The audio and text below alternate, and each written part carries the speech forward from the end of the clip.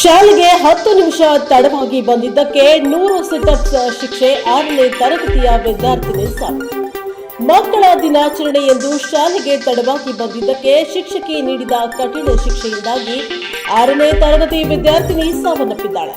ಮಹಾರಾಷ್ಟ್ರದ ವಸೈನಲ್ಲಿರುವ ಶ್ರೀ ಹನುಮಂತ ವಿದ್ಯಾಮಂದಿರ ಪ್ರೌಢಶಾಲೆಯಲ್ಲಿ ಶುಕ್ರವಾರ 12 ವರ್ಷದ ಬಾಲಕಿ ಮೃತಪಟ್ಟಿದ್ದಾಳೆ. ಶಿಕ್ಷಕಿ ಮತ್ತು ಶಾಲೆಯ ವಿರುದ್ಧ ಕಠಿಣ ಕ್ರಮಕ್ಕೆ ಆಗ್ರಹಿಸಿ ನಡೆದ ಪ್ರತಿಭಟನೆಯನ್ನ ಪೊಲೀಸರು ಮಧ್ಯಪ್ರವೇಶಿಸಿ ನಿಲ್ಲಿಸಿದರು. ಈ ಘಟನೆಗೆ ಸಂಬಂಧಿಸಿದಂತೆ ಕ್ರಿಮಿನಲ್ ಪ್ರಕರಣ ದಾಖಲಾಗುವವರೆಗೂ ಶಾಲೆ ತೆರೆಯಲು ಬಿಡುವುದಿಲ್ಲ ಎಂದು ಮಹಾರಾಷ್ಟ್ರ ನವ ನಿರ್ಮಾಣ ಸೇನೆ ಎಚ್ಚರಿಕೆ ನೀಡಿದೆ. ವಿದ್ಯಾರ್ಥಿನಿ 10 ನಿಮಿಷ ತಡವಾಗಿ ಬಂದಿದ್ದಕ್ಕೆ ಶಿಕ್ಷಕಿ ಈ ಶಿಕ್ಷೆ ನೀಡಿದ್ದಾರೆ. ಘಟನೆ ಕುರಿತು ಶಿಕ್ಷಣ ಇಲಾಖೆ ತನಿಖೆಗೆ ಆದೇಶವನ್ನ ನೀಡಿದೆ. ಗೋವಾದಲ್ಲಿ ವಿದೇಶಿ ಮಹಿಳೆಯರಿಗೆ ಕಿರುಕುಳ. ರಾಜ್ಯದ 3 ಯುವಕರು ಅರೆಸ್ಟ್. ಗೋವಾದಲ್ಲಿ ವಿದೇಶ ಮಹಿಳೆಯರಿಗೆ ಕಿರುಕುಳ ನೀಡಿದ ಆರೋಪಕ್ಕೆ ಸಂಬಂಧಪಟ್ಟಂತೆ ಮೈಸೂರು ಮೂಲದ 3 ಯುವಕರನ್ನ ಗೋವಾ ಪೊಲೀಸರು ಬಂಧಿಸಿದ್ದಾರೆ.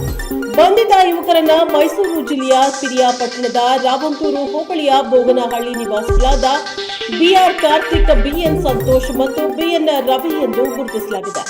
ನವೆಂಬರ್ 13ರಂದು 3 ಯುವಕರು ಉತ್ತರ ಗೋವಾದ ಅರಂಪೋಲಾ ಬೀಚ್ನಲ್ಲಿ ವಿದೇಶಿ ಮಹಿಳೆಯ ಪ್ರವಾಸಿಗರು ಸುತ್ತಾಡ್ತಾ ಇರೋದನ್ನ ನೋಡಿ ಅವರೊಂದಿಗೆ ಫೋಟೋ ತೆಗೆಸಿಕೊಳ್ಳಲು ಮುಂದಾಗಿದ್ದಾರೆ.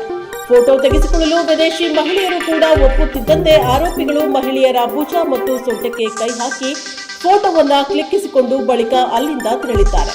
ಬಳಿಕ ಯುವಕರ ಪುಂಡಾಟದ ವಿಡಿಯೋ ಸೋಷಿಯಲ್ ಮೀಡಿಯಾದಲ್ಲಿ ಭಾರಿ ವೈರಲ್ ಆಗಿದ್ದು ವಿಶ್ವ ಮಟ್ಟದಲ್ಲಿ ಚರ್ಚೆಗೆ ಗ್ರಾಸವಾಗಿತ್ತು.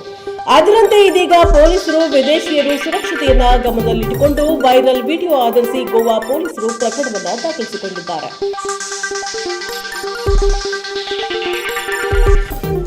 ಪತ್ನಿಗೆ ವಿಡಿಯೋ ಕಾಲ್ ಮಾಡಿ ಲೈವ್ನಲ್ಲೇ ಆತ್ಮಹತ್ಯೆ ಮಾಡಿಕೊಂಡ ಪತಿ.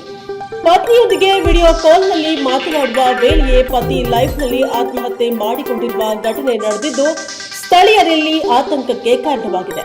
ಮಡಿಕೇರಿ ಜಿಲ್ಲೆಯ ಸೋಮವಾರಪೇಟೆ ತಾಲೂಕಿನ ಕಿಬ್ಬೆಟ್ಟ ಪ್ರದೇಶದ 36 ವರ್ಷದ ಕೀರ್ತನ್ ಆತ್ಮಹತ್ಯೆ ಮಾಡಿಕೊಂಡ ವ್ಯಕ್ತಿ.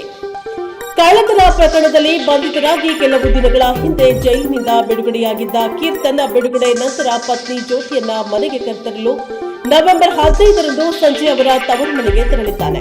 ಆದರೆ ಪತ್ನಿ ಮನೆಗೆ ಬರುವುದನ್ನು ನಿರಾಕರಿಸಿದ ಕಾರಣದಿಂದ ಮನನೊಂದು ವಿಡಿಯೋ ಕಾಲ್ ಮೂಲಕ ಆತ್ಮಹತ್ಯೆ ಮಾಡಿಕೊಂಡಿದ್ದಾನೆ ಎಂದು ಪೊಲೀಸರು ತಿಳಿಸಿದ್ದಾರೆ.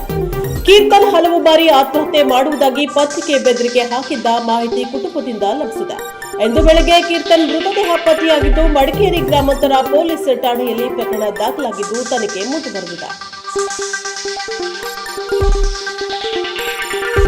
ಬೆಂಗಳೂರಲ್ಲಿ ನಕಲಿ ನಂದಿನಿ ತುಪ್ಪ ಜಾಲ ಪತ್ತೆ. ಪಾರ್ಲರ್ ಮಾಲೀಕ ಮಗ ಸೇರಿ 4 ಬಂಧನ.